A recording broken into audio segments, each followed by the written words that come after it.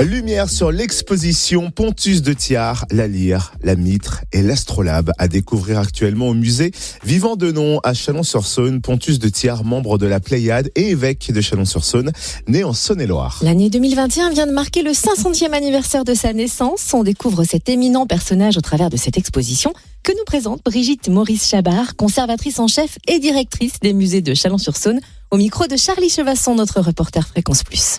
Ça consiste en quoi cette exposition ?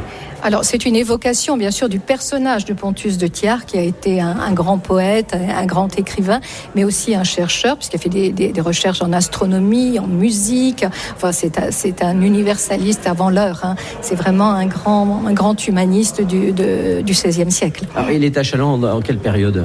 Alors il est né à Bissy-sur-Flé, donc pas très loin de Chalon-sur-Saône, en 1521 puisque nous fêtons son 500e anniversaire, et il va devenir évêque de Chalon-sur-Saône en 1578.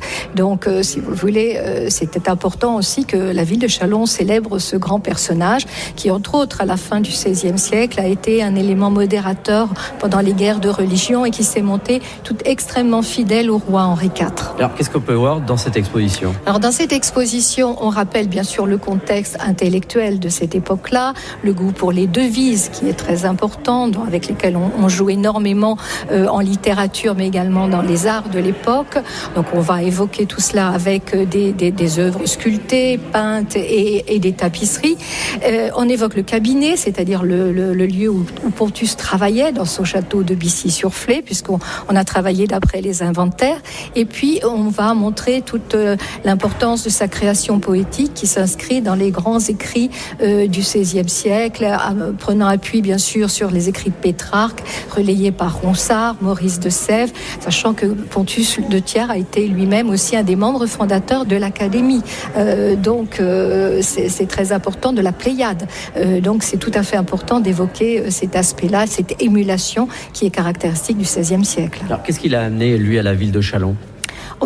La proximité déjà, parce que Bissy-sur-Flé est tout proche de Chalon-sur-Saône et que dans la deuxième moitié de sa vie, eh bien, le trône épiscopal de Chalon était vacant et qu'il voulait un peu se retirer du monde peut-être, si vous voulez, plus léger des poètes intellectuels, et il a, on dirait aujourd'hui, candidaté pour cela. Alors il a fallu bien sûr qu'il prononce ses vœux en tant que prêtre, et ensuite il est devenu évêque de Chalon-sur-Saône.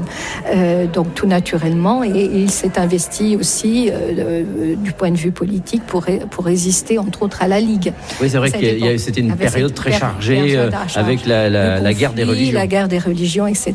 Donc tout cela est illustré entre autres par les différents écrits de Pontus de Thiard qui nous ont été prêtés en majorité par la bibliothèque municipale de Lyon et qui couvrent ainsi toute la carrière épistolaire de Pontus de Thiard. Alors on peut comprendre le personnage en allant aussi à l'espace patrimoine de Chalon-sur-Saône, oui, qui ont fait un complément de cette exposition. Voilà, l'espace patrimoine présente une vision de la ville de Chalon-sur-Saône au XVIe siècle, telle qu'a pu la vivre au quotidien Pontus de Thiard. Donc évidemment, les deux manifestations sont complémentaires. Alors c'est jusqu'à quand ? Alors au musée Vivant Denon, l'exposition terminera le 13 mars prochain. Merci Brigitte Maurice-Chabard, conservatrice en chef et directrice des musées de Chalon-sur-Saône. Au micro de Charlie Chevasson, notre reporter Fréquence Plus. Et plus d'infos sur le www.museedenon.com.